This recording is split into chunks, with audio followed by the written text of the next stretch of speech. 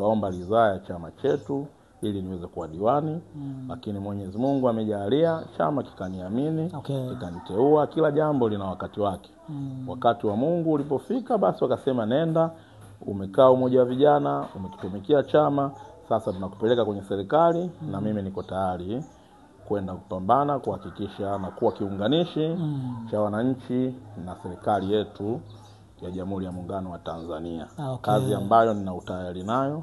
Nimejiandaa kisaikolojia, nimejiandaa vizuri kuhakikisha na watumikia wananchi wa kata ya Pugu. Kiongozi ameweza kuzungumza machache au mengi yenye tija ndani yake. Kazungumzia safari yake kwa ujumla, namna alivyoanza sasa kujiingiza katika masuala ya kisiasa, lakini alizaliwa wapi, kahudumu katika ngazi zipi, na mpaka sasa hizi yuko wapi.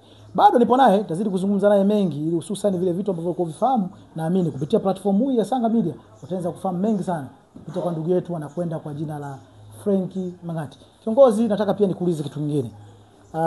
Tumeshuhudia kata yetu ya Pugu, kuna baadhi ya changamoto mbalimbali ambazo zipo, hususan katika masuala ya miundombinu, lakini pia kuna baadhi ya wenzetu wengine au viongozi wengine ambao walishakupita kwenye nafasi kama yako ambao wanahitaji kuigombania. Je, unahisi labda kuna kitu gani cha kitofauti ambacho wewe sasa unaenda kuwa ni mwarobaini kwenda kukitibu moja kwa moja? Mimi kama mgombea wa Chama cha Mapinduzi, mimi siendi kufanya mimi kama Franky Mang'ati. Chama chetu kinayo ilani yake ambayo tunaiuza kwa wananchi. Ili tunasema tukichaguliwa tutakwenda kuyafanya hayo baada ya kuchaguliwa. Hayo tunakwenda kuyafanya hata nisingekuwa mimi Franky Mang'ati, angekuwa mtu mwingine, bado yangefanyika.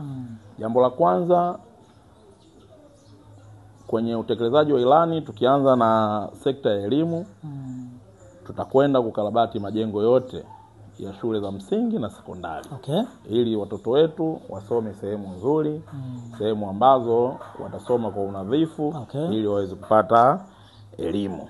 Lakini la pili, tutaongeza madawati kwa wingi, ili watoto wetu wasibanane ama wasikae chini katika shule zetu zote.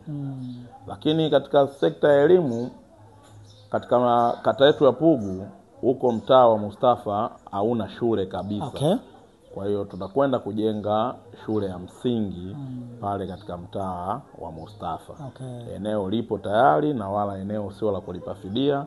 Kwa hiyo na sisi kama chama tumejiandaa kwenda kuishauri serikali pale tuweze kujenga shule ya msingi.